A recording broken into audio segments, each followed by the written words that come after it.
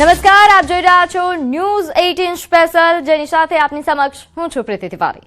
આજે news 18 special પર વાત કરીએ કે હવે શું ખાવું અને શું પીવું।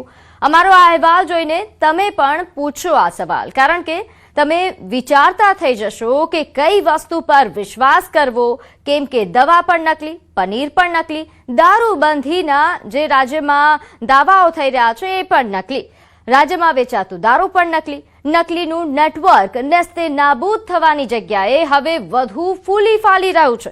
થોડા રૂપિયા કમાવવાની લાલચમાં તક સાધુઓ લોકોના જીવ સાથે રમત રમી રહ્યા છે।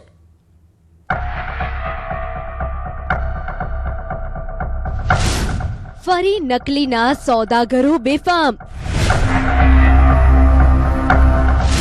રસોડા સુધી પહોંચ્યો નકલીનો ખેલ। દૂધ નકલી છે, પનીર નકલી છે, દારૂ નકલી છે, દવા નકલી છે અને જાતિનો દાખલો પણ નકલી છે। દ્રશ્યોમાં જે દેખાય છે તે બધું જ નકલી છે।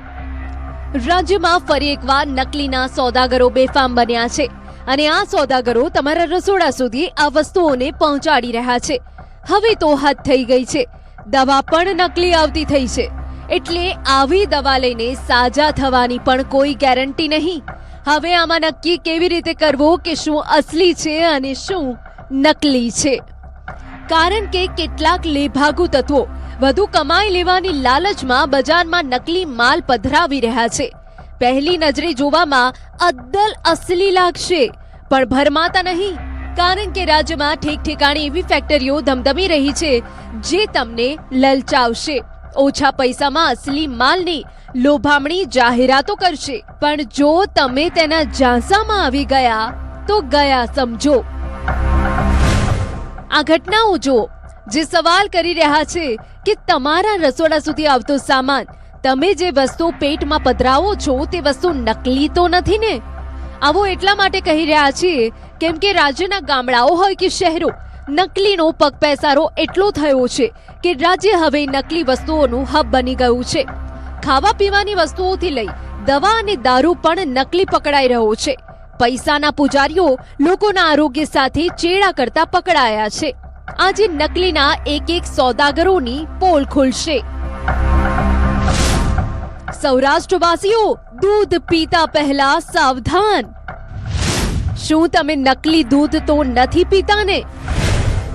હવે કઈ વસ્તુ પર વિશ્વાસ કરવો, કેવી રીતે ચકાસવો કે કોઈ ચીજ અસલી છે કે નકલી, કારણ કે ભેજાબાજો એવું ભેજું લગાવે છે કે નકલી વસ્તુ પણ અસલી જેવી જ દેખાય અને આ વસ્તુ પર લોકો સરળતાથી વિશ્વાસ કરી લે છે।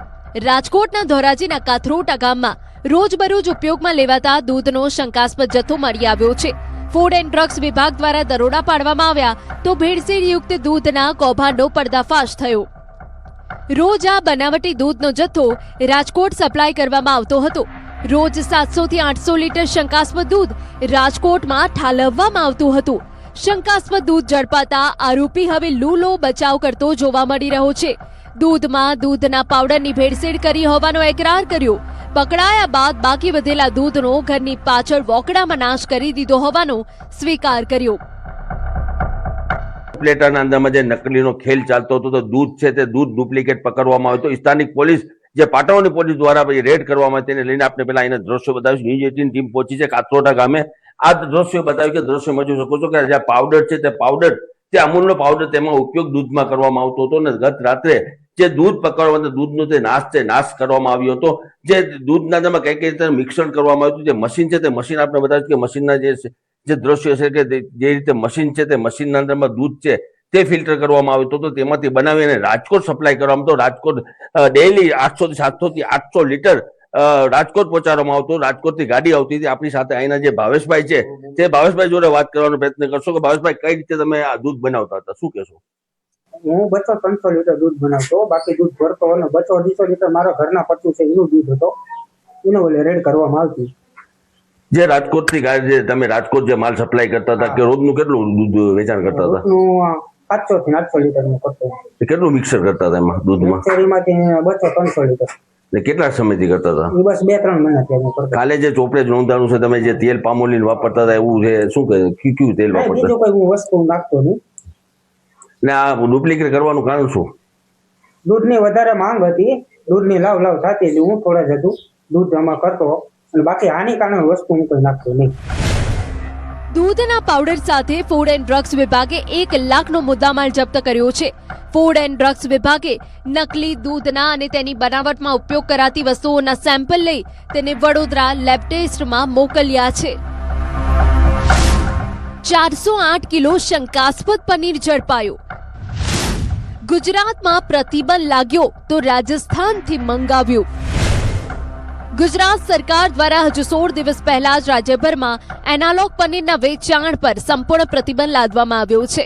આ પ્રતિબંધ વચ્ચે પણ અન્ય રાજ્યોમાંથી અમદાવાદમાં લો ફેટનું એનાલોગ પનીર ઘુસાડીને સસ્તા ભાવે વેચવાના મહાકૌભાંડ હેઠળ 408 કિલો જથ્થો જપ્ત કરાયો છે. ફૂડ વિભાગની ટીમે કાંકરિયા દેડકી ગાર્ડન નજીક આવેલા મ્યુનિસિપલ કોર્પોરેશનના પે એન્ડ પાર્કિંગ પ્લોટમાં દરોડો પાડ્યો હતો. ત્યાં ઉભેલી 2 લક્ઝરી બસની તપાસ કરવામાં આવી હતી. રાજસ્થાનના જોધપુર અને પાલીથી આ પનીરનો જથ્થો અમદાવાદ લાવવામાં આવ્યો હતો. આ પનીરનો જથ્થો મેળવવા માટે નરોડા અને મણિનગર વિસ્તારના 2 શખ્સો ત્યાં આવ્યા હતા. બજારમાં 400 થી 450 રૂપિયા કિલોના ભાવે મળતો જથ્થો અડધી કિંમતે એટલે કે 240 રૂપિયામાં વેચતા હતા. 1.61 લાખ રૂપિયાનો પનીરનો જથ્થો સીઝ કરવામાં આવ્યો છે. પનીરના સેમ્પલને લેબોરેટરીમાં તપાસ માટે મોકલવામાં આવ્યા છે.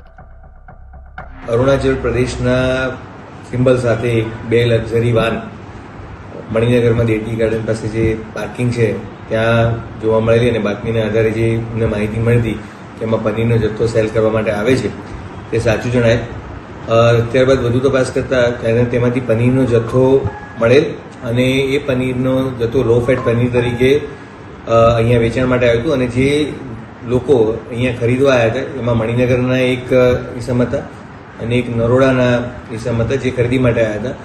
એમને અંદાજિત 240 રૂપિયા કિલોના ભાવે લક્ઝરીવાળા દ્વારા પનીર લો ફેટ પનીરના નામનું પનીર આપવામાં આવતું હતું, અને MRP એમાં લખેલી હતી 400 રૂપિયા અને 450 રૂપિયા.